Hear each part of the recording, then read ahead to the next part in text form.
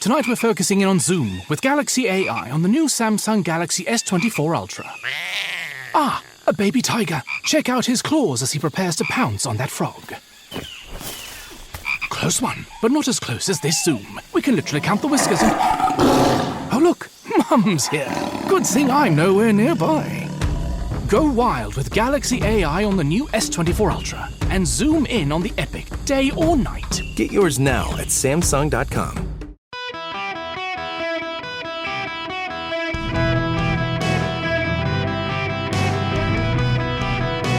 Welcome to the Eric Erickson Show podcast, Hour 3. Hello, America. It is Eric Erickson here across the nation. The phone number is 877-973-7425. It is an open line Friday. We got folks on the lines. I will get to your phone calls, but I got to start with this story. It's just too good not to share. The headline in the New York Times, this story is out today. When climate change melts your relationship. This woman, it's always a woman, isn't it? She's a climbing ranger at Yosemite National Park. She and her boyfriend been dating for 6 months. He has a sailboat, and he uses a kerosene lantern in the sailboat. And Allison, I bet her middle name is Karen Kaplan, decided that her boyfriend needed to ditch the kerosene lantern that he loved. He needed to ditch the reliable kerosene lantern for an LED because it was more environmentally friendly. She couldn't let it go. She obsessed about it. She picked an argument about it. She couldn't just decide that, well, he likes it. It's not really harming anybody. No. I teased him because he got up most nights and hit his head on the lantern. It spilled kerosene. I wiped up the spill with a greasy rag and told him about a book I had been reading that listed kerosene as one of the dirtiest fossil fuels. I often wished I had a headlamp when Doug asked me to read aloud to him, my already poor eyesight undoubtedly worsening as I squinted under the dull glow of the lamp's flickering wick. But it made everything feel romantic. Reading Jack London stories to my lover, his head in my lap, the sailboat gently swaying in the waves, 100 sea lions barking like dogs and belching under the distant pier. That's romantic. He was right. It wouldn't be the same under an LED. Still, I told him what I was reading. Kerosene burns dirtier, releases carbon dioxide and carbon monoxide, terrible for indoor air quality. I told him about initiatives in Africa to replace kerosene lamps and stoves with solar power because the kerosene was poisoning people, giving them asthma and cancer. Doug said, "This really doesn't seem dirty. There's no soot, no smell. I think it's fine. I don't care about the carbon footprint of one measly lantern," he said. "I like it. I'm not going to get rid of it. I hate that you're so apathetic," Allison replied. "You're being ridiculous," he said. There was a sharp, loud quality to his voice that I'd never heard before. The kind of voice of a man annoyed by a woman who just won't shut up and play cards. I tried to explain in 6, not 1, not 2, but 6 different ways why this was important to me, that he replace his lamp on his boat that I was freeloading on, why the impending collapse of the natural world should be explanation enough for why I was upset. But I was done doing it with rage in my voice, and it was coming out all wrong.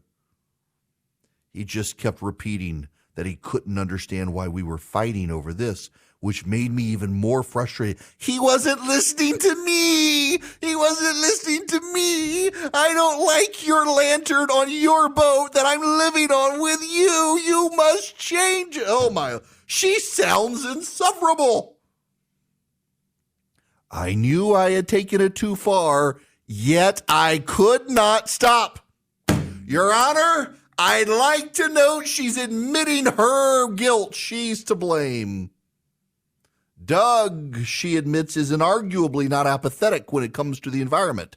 He spent most of his adult life in the marine conservation field, working as a research diver, gathering data on kelp forests, and more recently, working for National Geographic on the Pristine Seas project. It was our shared love of the natural world that brought us together in the first place. We met on a 20-day rafting trip through the Grand Canyon. These two people smell ripe after that, I bet. Still, I worry the big issues of the world didn't seem to affect Doug the way they affected me. Our political leanings were more or less aligned. We shared similar dreams for the future. I didn't understand how he managed to go about his life without succumbing to the same existential dread and anger that plagued me, 'cause he's a man. It was a strange space for me to navigate, envying his capacity to be content in such a flawed world while also resenting the privilege that allowed him to feel that way. And instead of explaining all of this to him, I picked a fight about a lamp. This is a woman who identifies as a woman. I'm going to get in trouble, aren't I? Oh my gosh. We shoved aside a couch cushion and pulled the fuel bottle from the storage compartment. Paraffin lamp oil, it read in blocky green font across the front. When I Googled, I learned that paraffin lamp oil is more refined than kerosene and lacks many of kerosene's impurities, making it relatively clean burning with fewer pollutants, with the added benefit of not having the unpleasant odor. I looked at Doug dumbfounded, then stormed onto the deck to do the dishes. I had lost. But when you spend an hour fighting about a kerosene lantern that isn't powered by kerosene, nobody wins. No woman. Doug won the fight. But as we all know, men are never allowed to win the fight. Therefore, nobody won.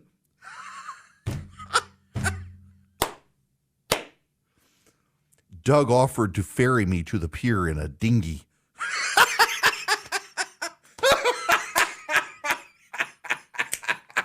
Oh, is there no end to the depths of depravity? He was going to ferry you to a pier in a dinghy inflated with carbon dioxide from his breath. But I told him to go back to sleep. I'd take the paddleboard. The sun had just crested the hills above the port. You've been up all night arguing about a kerosene lamp that wasn't a kerosene lamp? Woman, you need therapy. The fishermen had left before dawn. The tourists and beachgoers were yet to arrive, so the port was quiet aside from the small waves breaking on the sand and the occasional splash of a pelican. What happened to the barking sea lions? They got scared off by her angry tirade, undoubtedly. I tied off the paddleboard. I climbed the rickety ladder to the pier, where I pulled out my phone and texted him, "I'm sorry." 6 months later, we were pointed south with wind in our sails leading to Mexico. You mean 6 months later, he was still with you? Along the way, Doug taught me how to estimate the wind speed, how to set a course, and how to trim the sails. He taught me about kelp forests and the Madden-Julian oscillation and the migratory patterns of whales. As we slowly made our way south, Doug reminded me why I had joined the environmental movement in the first place. His eco-conscious life had been driven by his awe of the natural world, and all so pure it's almost childlike. And while mine started out that way, it had morphed into something driven by anger at what we were losing.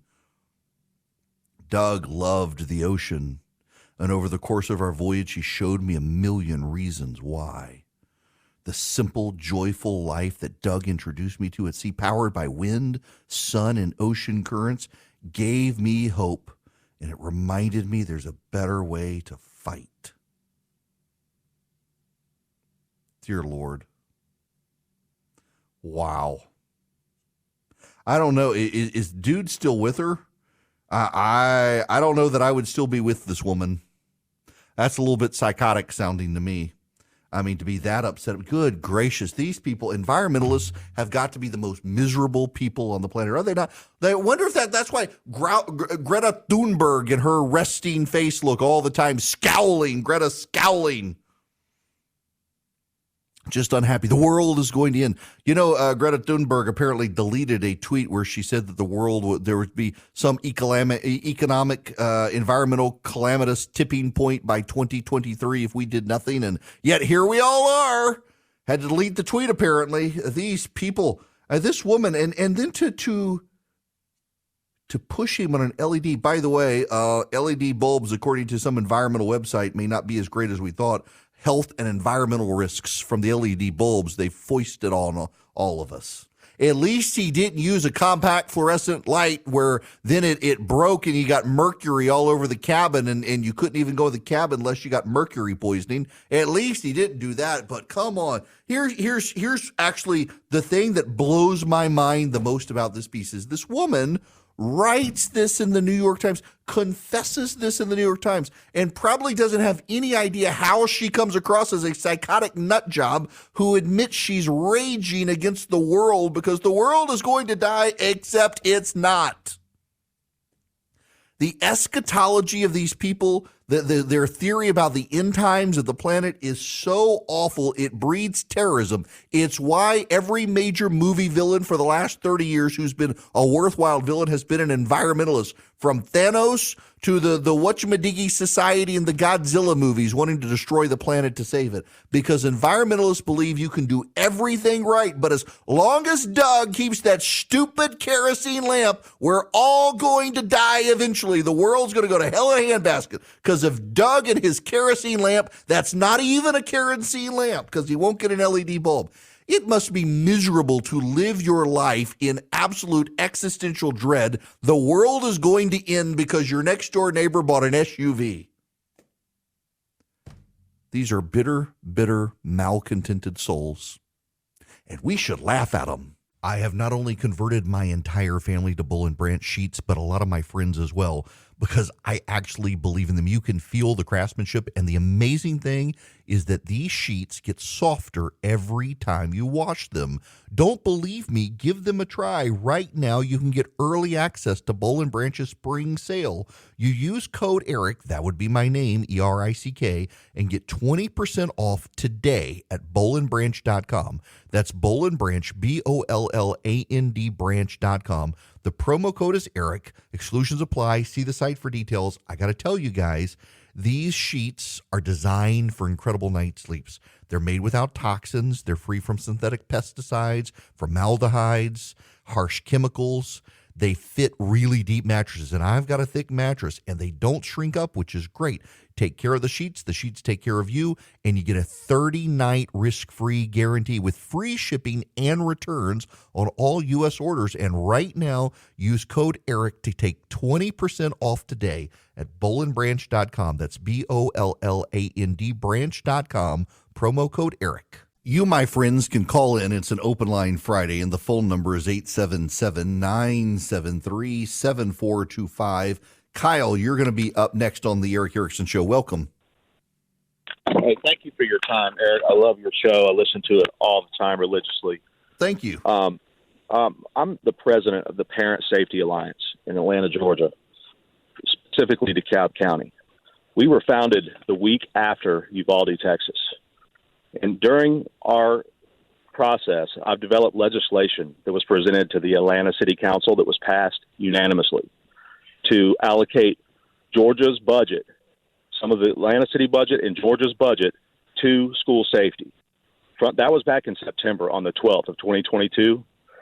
Since that day, we've grown. We've developed an anti-bullying campaign, founded as a 501(c)(3) nonprofit. We've been hosting local meetings at the old historic DeKalb County Courthouse, which is a museum now in downtown Decatur. And the most important thing that I think would be significant with you and one of your largest sponsors, Patriot Mobile, is I invented an app called the Kid Safe app or All Safe app that's specifically for school safety. And what this app does is it pairs an off-duty police officer on his day off with any school that needs coverage. It could be a public school or a private school. And it gives the police officers that exist now an extra job. And it allows the police officers to pick up any shift in front of a school within whatever geofence they set in the app. Wow. And we don't have to train any new police officers.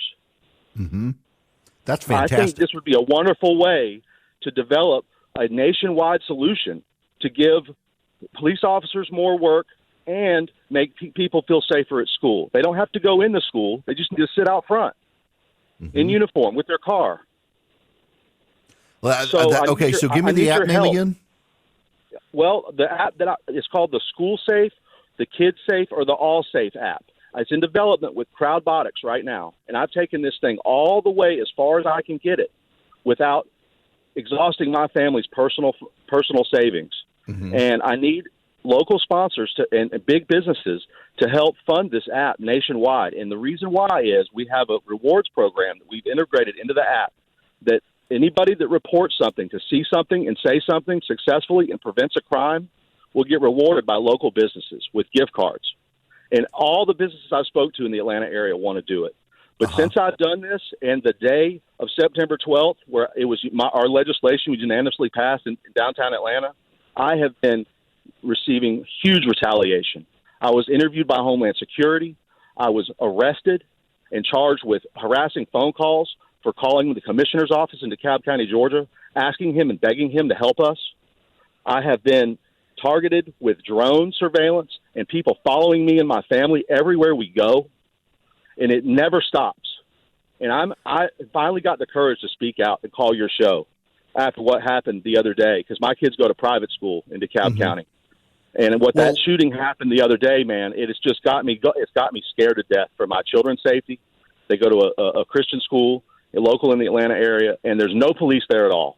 There's nothing. I got to tell you, and Kyle, I appreciate the phone call very much. And our kids' school has finally done what I think a lot of schools are going to have to do, particularly private schools can do this more easily than public schools, is allow teachers to go through a gun safety training courses, those who feel comfortable and wish to carry on campus. And I'm aware of actually a private school in the metro Atlanta area that the teachers several of them are armed, and they're kind of the designated first responders on campus.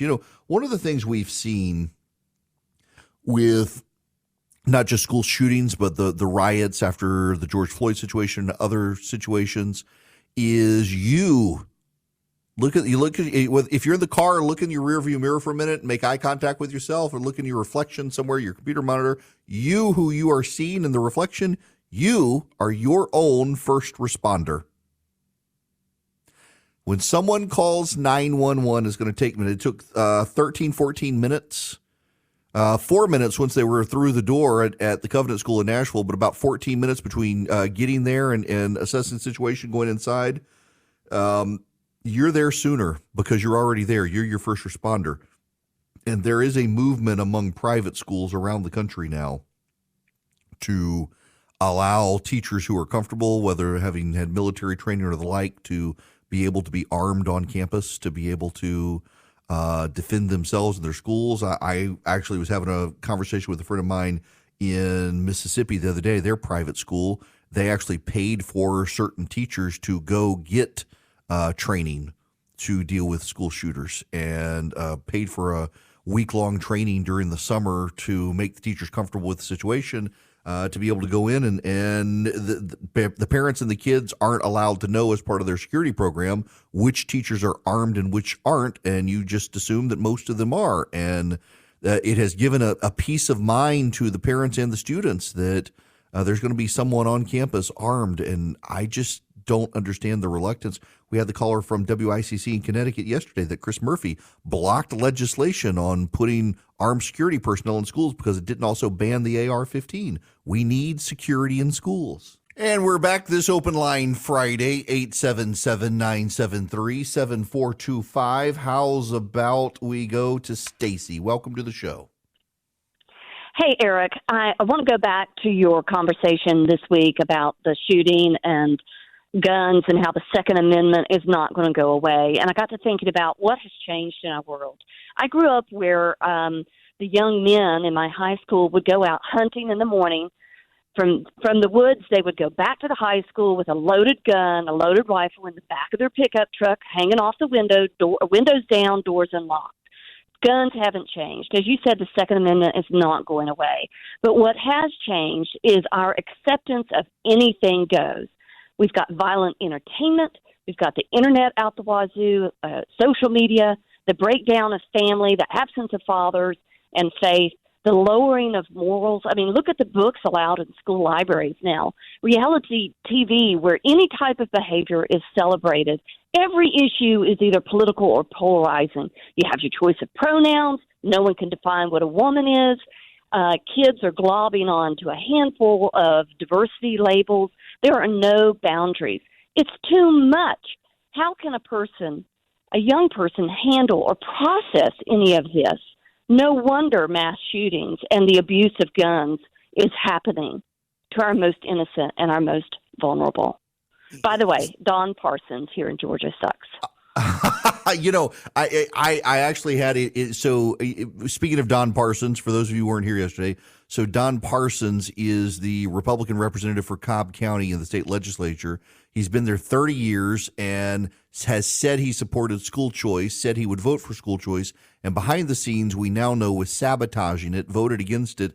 And a colleague of his in the state legislature emailed me last night from the state house and said he pulled Don's voting record. Don Parsons literally voted for every single piece of legislation except school choice this year. That was the only one he could quote. They actually passed or attempted to pass a version of the Green New Deal, and Don Parsons voted for the Green New Deal in the Georgia State House, but voted against school choice and yet said he would support it. So tirade there. But Stacey, thank you for your larger point. It is, we are screwing up the next generation. We're telling them that they can choose to be a boy or a girl. And there are actually 60 Minutes. I think it's this Sunday night. 60 Minutes is running a story on people who choose to raise their children genderless so their child can grow up and pick their own. This is just a rather absurd thing. The genderlessness of a child. More and more parents actually do discover that as their kids grow up, that the male and female traits become apparent. For example, I have read multiple stories of parents who decided to raise their children to be genderless, such that their boys weren't given Tonka trunks, the girls were, the boys were given Barbies, blah, blah, blah. And inevitably, the boys gravitate towards the Tonka trucks, the girls gravitate towards the Barbies or whatnot, not in every case, but in almost every case. And the parents start to realize that, there's a difference between boys and girls. The idea of raising a genderless child is insanity. And overwhelmingly, it is white people who do it. It is, you want to talk about white privilege. One of the great lessons of white privilege is that your white privilege allows you to believe that you can grow up and choose your own gender adventure. Your white privilege allows you to take comfort in your atheism, and your white privilege allows you to ignore the shooting deaths of black children across America in the inner city and only care about it when there's a school shooting so that you can mean tweet people about gun control. There's your white privilege. 877-973-7425. Frank, you're going to be up next on the Eric Erickson Show. Hey, Eric, this is Frank. Hi. Really enjoy your show. I normally listen by podcast, but today I was listening live. Well, thank you. Thought I'd give you a call. I thoroughly enjoyed your discussion of the English Bill of Rights, and I have a question for you. Were those rights as expressed by the English coming from God, or whether from the king as his representative? Oh, that's a great one. So in the English Bill of Rights, they believed that they were their express and endowed rights, and that the king's job was to protect their rights. They did not believe that the rights flowed through the king. This is something the American colonists adopted with the belief that their rights came from their creator, life, liberty, the pursuit of happiness, that there were rights enshrined within this overarching documents. But the English, most continental European powers believed that their rights came from the king, that the king was divinely appointed and the king then gave them rights. The British believed that actually God gave them the rights, also chose the king, but also gave the people rights. And that's how our American founding manifested itself. The two tracks: God gives us government and God also gives us rights. God does not give us a government that then gives us rights. Does that make sense? Yeah, so they separated out the rights coming from God explicitly. Yes. And is that the only document that has been constructed by man to reflect that? No, the Magna Carta is another. The Magna Carta, also from Great Britain, is another. And we should be real careful here in that. So the British, I don't want to get too academic with you, Frank, but so the British believe God gives us our rights. And then what the English Bill of Rights expands upon is how those rights then, for lack of a better word, morphs into society. So God per se does not give us a gun right. God gives us a property right, and that property right is manifested in certain ways. So God allows us, he has developed land for us to acquire and own, and part of that is a gun is part of that property right, to defend ourselves. God gives us a right of self-defense, and so the gun right manifests from that. So the general application of rights, I guess I should say, come from God. The actual manifestation of those rights to something like a gun right or a right to be presumed innocent until proven guilty, those things are how society has manifested what God has given us. A little more complex, but more precise. Well, thank you for that clarification. I have another question if you have time. Okay. I'm a PCA believer, and I have a situation coming up this summer. We're having a family reunion, and I have a nephew who I haven't seen in a while, and he's transitioning, and I've been talking about how to handle this situation amongst my family members, and I come up with all sorts of recommendations. Some want to affirm him by using pronouns and all that sort of thing, and others say, well, just ignore him. So I don't feel like that's what I need to do. So I just wondered, as a fellow believer, how would you approach that situation? I don't want to ignore him. I don't want to affirm him. So what do I do? I think you love him.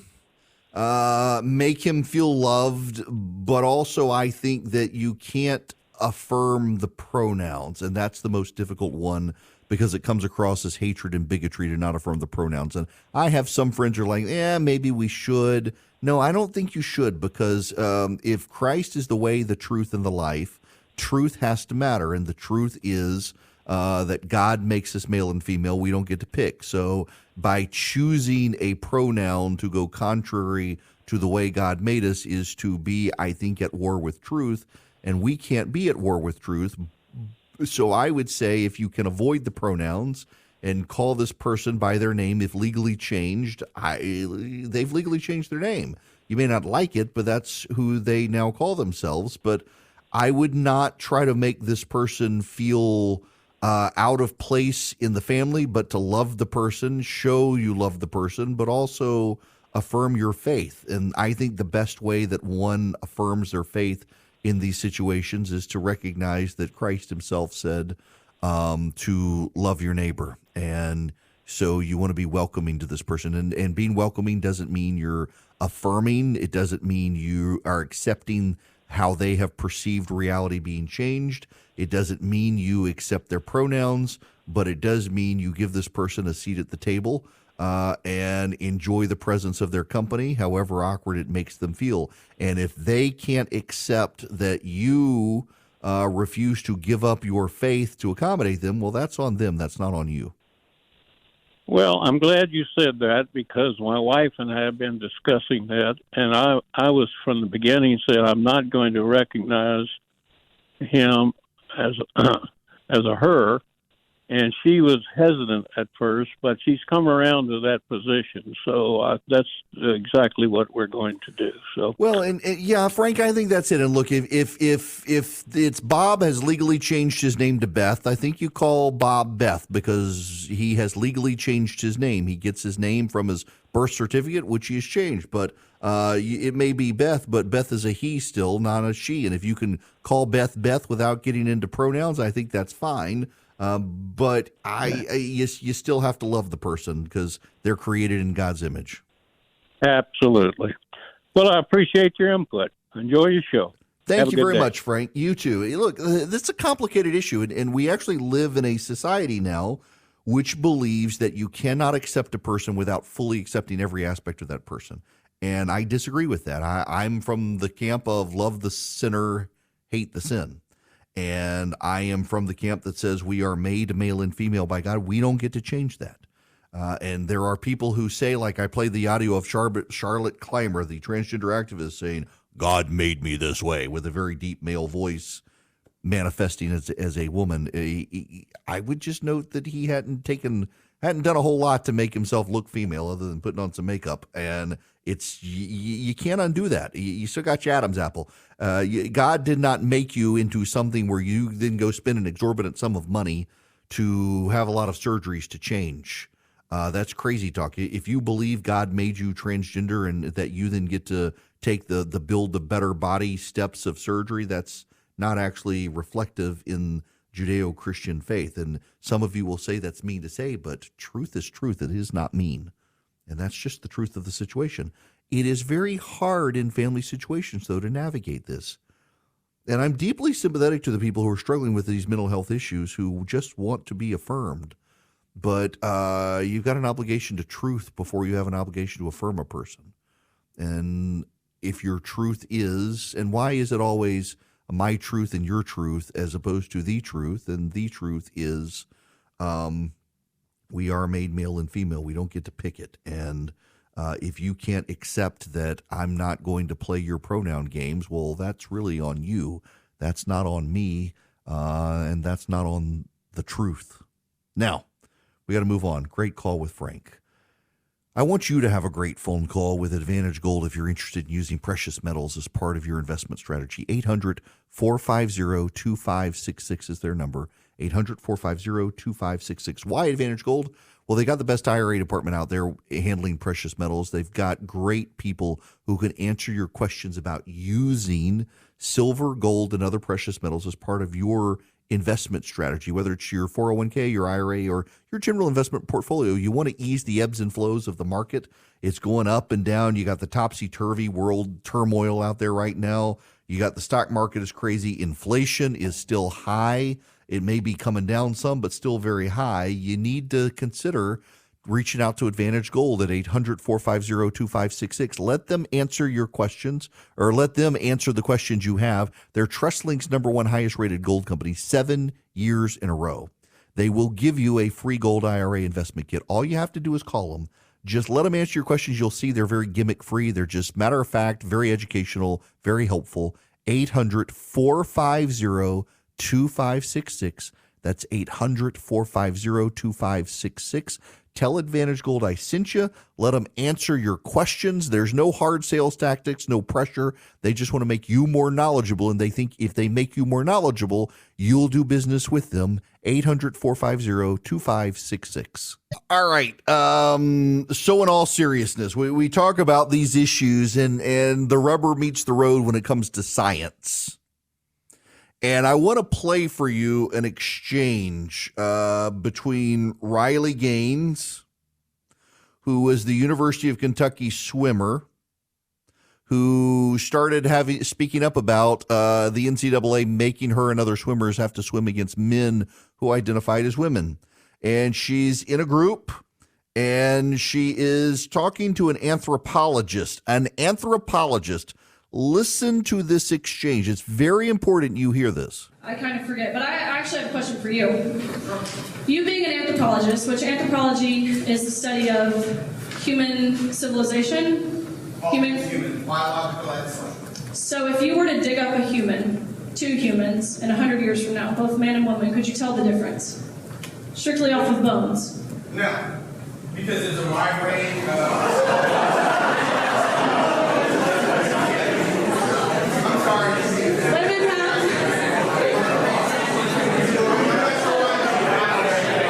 Now, it descends from there, and ultimately, when it clears up after all the chaos, he says, I'm not sure why I'm being laughed at. I'm the expert in the room. I have a PhD. I'm not sure why I'm being laughed at if I'm the expert in the room. Have any of you been to archaeological sites? Have any of you studied biological anthropology? Relying on his expertise, relying on his credentials. So her question to him is, if you were to dig up two humans 100 years from now, a man and a woman, could you tell the difference strictly off the bones? And the anthropologist says no.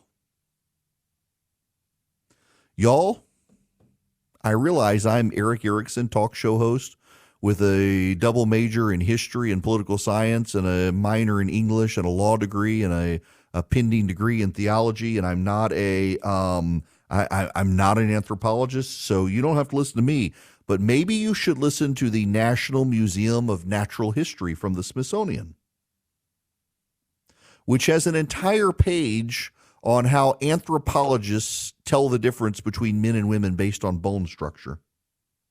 With the pelvic inlet, men have a narrower heart-shaped pelvic inlet. Female bone structure has an open circular inlet. The sciatic notch, men have a narrow one, women have a broad one. The pubic bone, men have a narrower subpubic angle where the two bones meet. Females have a wider subpubic angle. And female hip bones are outwardly flared, men are not. Sex-related skeletal features are not obvious in children's bones. Subtle differences are detectable, but they become very clear during puberty. The skull also has a feature that can indicate sex, though it is slightly less reliable. This is from the Smithsonian Institute's Museum of Natural History. Biological textbooks show the difference. The male and female pelvis are completely different. It is obvious. If you were just to dig up the pelvic bones of a man and a woman, you could tell. You dig up the skull of a male and a female, you can generally tell the difference. And this anthropologist who says he has a PhD says you can't tell the difference. All biological textbooks, the Smithsonian Institute and the National Institutes of Health disagree with this expert who wants to rely on his expertise, and how dare you question him? This is what we're getting at. This whole movement is anti-science, anti-biology, and yet you're a bigot if you accept that and not along with me. Hey guys, it is Ryan. I'm not sure if you know this about me, but I'm a bit of a fun fanatic when I can. I like to work, but I like fun too. It's a thing. And now the truth is out there. I can tell you about my favorite place to have fun. Chumba Casino. They have hundreds of social casino style games to choose from with new games released each week. You can play for free anytime, anywhere. And each day brings a new chance to collect daily bonuses. So join me in the fun. Sign up now at ChumbaCasino.com. No purchase necessary. VGW Group. Void where prohibited by law. See terms and conditions. 18+.